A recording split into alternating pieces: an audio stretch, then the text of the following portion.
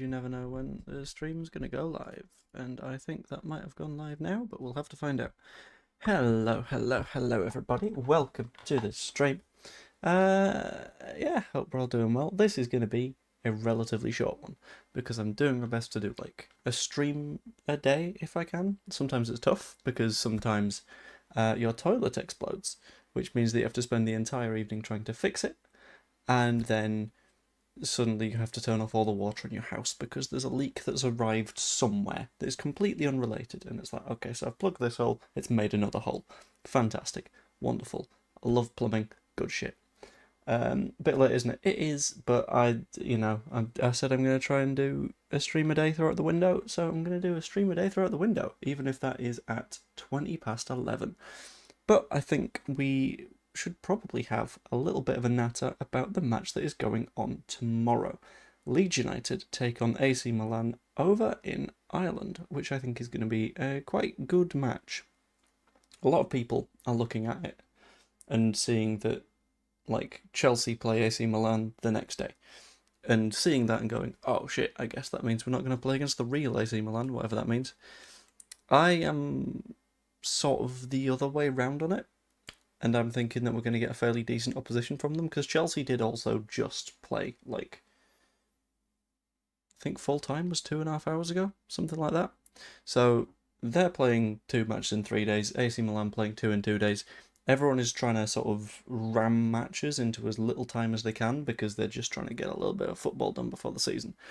But what I effectively believe is going to happen with the AC Milan side of this is they are going to play sort of the first team for 45-ish minutes, and then they'll swap out absolutely everybody and run the second team for 45-ish minutes, which I don't mind too much. It means that, like, Leeds will get a fairly decent level of opposition throughout, because, let's be honest, their back end isn't that bad. Like, the reserve side of AC Milan is not a bad side in the slightest to begin with, and let's kind of hope that it stays that way.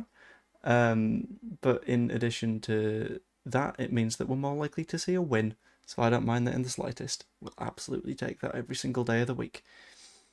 In terms of the lead side, I am sort of expecting us to go with a lot of oomph. I think we'll go, if he's fit, because I think he might be. I know he's a potential doubt, and he hadn't, like, begun team training last week. But if he's had a week of team training now, I'm going to go Lucas Perry in net. I really, really want him in net. Bogle being a doubt for Everton means that I wouldn't necessarily want to play him in this one. So you got a bit of a fight between Schmidt and Byram. Between the two, who the hell would you even pick? Because Schmidt has proven that he's a bit terrifying. Right back, I'm probably going Sam Byram, because Schmidt had a stinker. And we know that Schmidt had a stinker. That was a bad game for Isaac Schmidt. So I think we put ourselves into a position where we don't have to put ourselves through that again, which I think would be a quite wise thing to do. Centre-backs, I think we go with the centre-backs that we will start with against Everton. So we can't play Beale because he's suspended for the Everton match. So I think that's going to be a case of Strauch and Rodon, with Gudmundsson at left-back. That'd be quite nice. Unless Gudmundsson got a dead leg or something when he got clattered by Elan Meslier. That was a little bit of a problem. But it's a problem that we're past, so it's okay. Centre of midfield, I think we go with the 3 that we did last time. I think that's going to be a case of Ampadu, Longstaff, Stack. I think that worked really effectively. Longstaff is sort of struggling to work his way into stuff at the moment, but I think once he hits the ground, he will hit the ground very much running, and I'm kind of looking forward to it. Is it true Bogle's out until December? Not that I'm aware of. According to Daniel Farker, it was a case of being a doubt for the Everton match, and I feel like you don't say that if he's going to be out for significantly longer, unless for some reason he means he's out for the second Everton match of the season, which would be absolutely mental to say. Like, that's not going to be the case. In the wide areas, as far as I'm aware, Dan James is probably going to be back, because that seemed to be a little bit of a knock, seemed to be a little bit of a doubt, but it didn't look like a big serious thing. So I'd play him out on the right ideally, because I think his pace is going to be absolutely essential against Everton. Left flank, not Harrison. We didn't find out what happened with his scan, but I wouldn't want Jack Harrison. Because you guys know me. I don't think Jack Harrison is a super reliable kind of guy. But that's fine. Out on the left, I'd probably go Nonto, maybe? Nonto, I think, went a little bit missing in the other friendly, which is a little bit of a concern. But that's fine. And then up top, probably start with Mecha, and then Piru comes on in the second half. But I'll be honest, of the two, I'm kind of tempted to prefer Piru at the moment. Because I know that Piru is probably our best finisher. He's a very, very good finisher. But still need a 10 winger, fullback, cover, and striker who can. I don't know if we need a 10 and a winger. That's the thing. I think we need someone that can do both. I think if we have someone that can play inside and outside, like an El Canus, we'd be in a pretty good spot. Fullback cover, I completely agree. That's fair enough.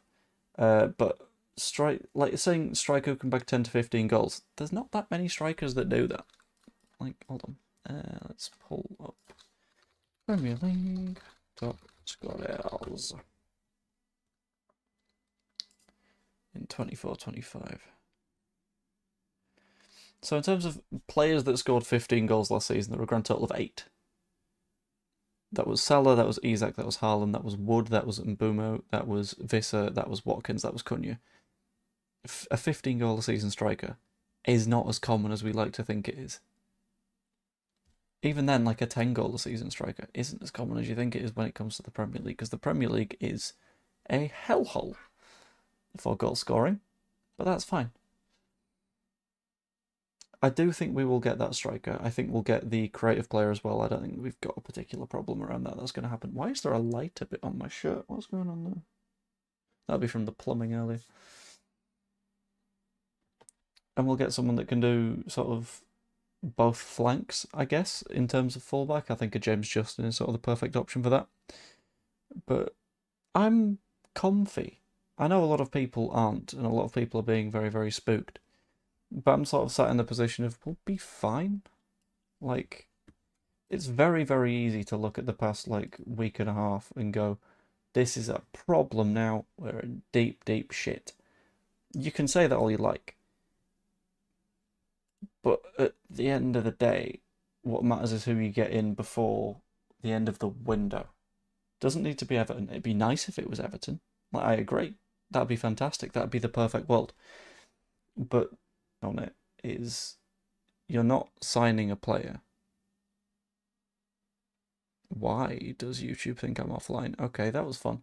You're not signing a player to exclusively play for like the first 3 games of the season. They're not there to play all 38 matches. Them playing 35, 36 isn't a problem. Yeah, they'll miss a few, and that could potentially like hamper their input a little bit. But I don't mind it too much. And I think Jordan's got a point there.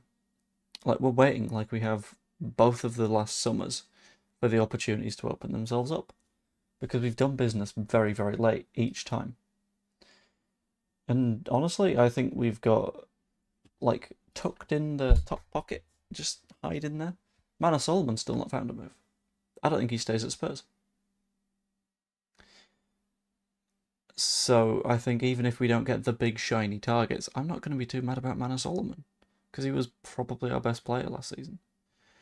Who's worth listening to when it comes to Leeds United on Twitter? Tiff Donahue. Oh, it varies a bit, because recently, when it comes to football journalism on a whole, if you're...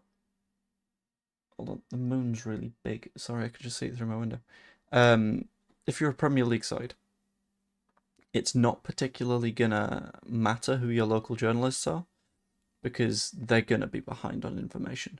They are not gonna be the most up-to-date people, because there are so many journalists with their eyes on the Premier League and with like their fingers in so many different pots in terms of individual clubs, that stuff's just gonna get plucked from all over Europe, which means that it's hard to determine who's accurate, because a lot of the time the person that you think is accurate is actually just making shit up, but you don't know that because they're a journalist for a newspaper you've never heard of in Italy. But then again, you don't know the Italian press and how that all works out.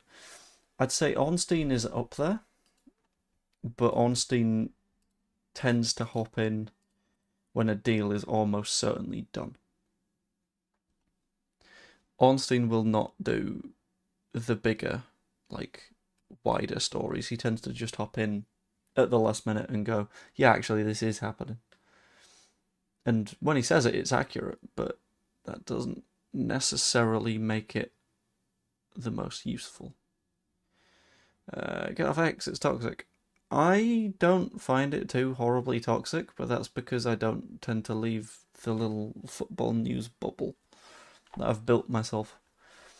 Like, in terms of, like, toxic accounts, if someone's going to be a toxic dickhead, there's a button to say, I don't want to see